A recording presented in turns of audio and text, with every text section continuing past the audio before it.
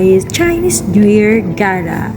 So mga ateng, isang good morning to all. Andito na naman tayo at nagsipag-sipagan na naman tayo mag-upload ng videos kahit na ang inyong ateng ay super tamad.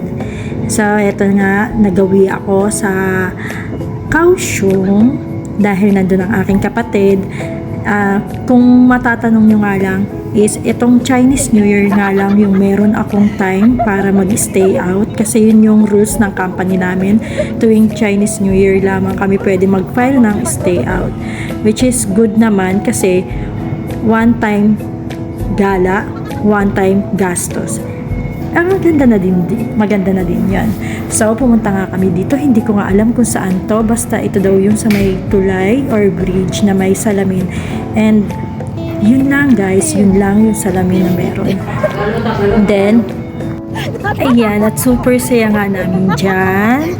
And, kasama nga namin yung mga katrabaho ng aking kapatid. Then, pumunta kami dito sa Eva Mall. Kilala daw to dito sa Kaohsiung.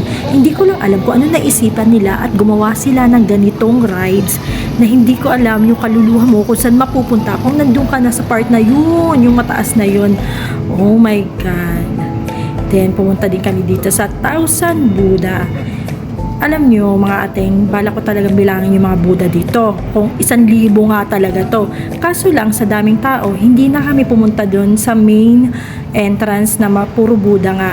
Andito na kagad kami sa pinakamalaking Buddha. Dito na kagad kami pumunta para makita yung ganda. Pero alam ko sa gabi daw yung maganda dito kasi may lightning effect na mangyayari. So, dahil na nagmamadali na kami, dahil hindi talaga kasama yung Eva Mall na yon sa aming tour. Kaso lang, dahil nagutom yung mga kawork ng kapatid ko kasi galing pa nga sila sa trabaho, kaya nag-shortcut na kami. Kaya dito na kagad kami sa pinakang main. So, mga ateng, super ganda. Dahil Chinese New Year, sobrang daming tao. Sabi nila, mas maganda daw pumunta dito kung walang mga ganap. Kaya hindi na kami nakalapit dun sa pinakamalapit sa malaking Buddha. Hanggang dito na lang kami sa malayo kasi sobrang daming tao, mga ating. Grabe. Saka hindi ka na din makakapag-picture ng ayos gawa nga ng madaming tao. Sa total na nakikita ko dyan is mga letter V or mga Vietnamese kasi same lang din sila ng New Year dito sa Chinese. And eto, nag-try na naman kami nung lumalakad na 0.5 challenge na yan. Taan na nga sa akin yung kapatid ko para na daw akong tanga. And our last destination ay itong Strawberry Farm. Malapit lang din pala to dito sa Kaohsiung. Kung nasa KRT kayo, lane, then baba kayo ng R23, andun na mismo itong Strawberry Farm. So, kami na nga lang din yung last na tao na nandito. Gawa ng 5 PM na nung nakarating kami. Pasara na din pala sila. So, pinayagan na lang kaming pumunta dyan. Kala namin is marami pa yung bunga siguro kasi marami na din pumunta. Kaya, kukunti na lang din. Kung makikita nyo dyan sa video, hindi nyo masyado mapapansin yung strawberry kasi nasa ilalim sila nung halaman. So, kailangan mo pang buklatin yung mga dahon para makita sila.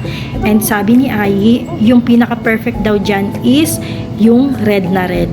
So, bawal nga daw kumain. Siyempre, yan ang sabi ng kapatid ko, ibubulsa daw niya yan lahat. Diyos ko, lahat talaga yan ibubulsa mo in the name of great strawberry. Diyos ko, maaano ka pa ni Ayi. Kaya yan na yung mga napik namin. Sabi ko nga, gumamit siya ng gunting. Aba, ko lang daw ang kanyang gagamitin at matalas na talaga naman. At ayan, sabi ko nga, picturean ako. Ay, katamaran talaga ng aking kapatid. Binidyohan na lang ako. Ako na lang daw bahala mag-screenshot na mga gusto kong post talaga naman. Pag may kapatid ka nga, talaga naman ang ganito pala desisyon din. Oh, di ba? Kaya sabi ko, sige na, magpo-post na ako, umayos ka. My second gala naman with this, may ine.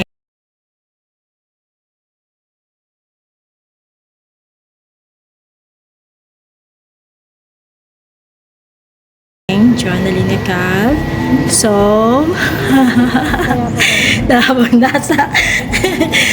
nasa trend nga kami, ayan, dahil nga sobrang aga namin or nasa bakasyon pa yung mga tao kasi Chinese New Year pa rin to eh. Day 3 yata to ng Chinese New Year eh. Kaya, banda dito kami sa hulihan, walang tao, kaya nagawa akong mag-video. Kahit na pikang-pika na yung aking kasama kasi hindi siya talaga mahilig sa ganyan na video-video. Pero alam mo naman, pag ako ang kasama nyo, wala kayong magagawa, magbi-video at magbi-video ko. Then, pumunta nga kami dito sa Holy Yoho Craft. Lagi ko ito nakikita sa Facebook eh. Kaya sabi ko, one day talaga pupuntahan ko yan. Ayan, pumunta na din kami dyan. And, alam nyo ba guys, kung tutuusin, yung entrance niya talaga is 250. Pero parang papatak lang din siya ng around 50 or 60 mga ganon. Kasi yung 180, yes, yung 180 is for souvenir. Bibigyan nila kayo ng voucher. Yung 180 para sa souvenir yon, discount yon. Tapos yung 80 is para sa food naman, discount. Di, parang papatak lang din ng kung magkano yung entrance nyo. Syempre kayo na magkwenta, no? Wala na din akong hulog magkwenta-kwenta kung ilan na lang din yung pinakapapatak na entrance. At guys, mga ateng super ganda dito sa Yoho Craft na to. Akalain mo, ma-amaze ka talaga. Yung napakasimple lang niya sa labas, pero pagpasok mo, boom! Diba? Sobrang ganda. Kala mo nasa ano ka, fantasy or something. Alam niyo ba guys, mga ano lang yan, mga plastic. Tapos nilagyan nila ng ilaw, light effect. Tapos, yung monitor nila, sobrang ganda. Yung nagagawa nila yung ganito, napakaganda, nila, creative.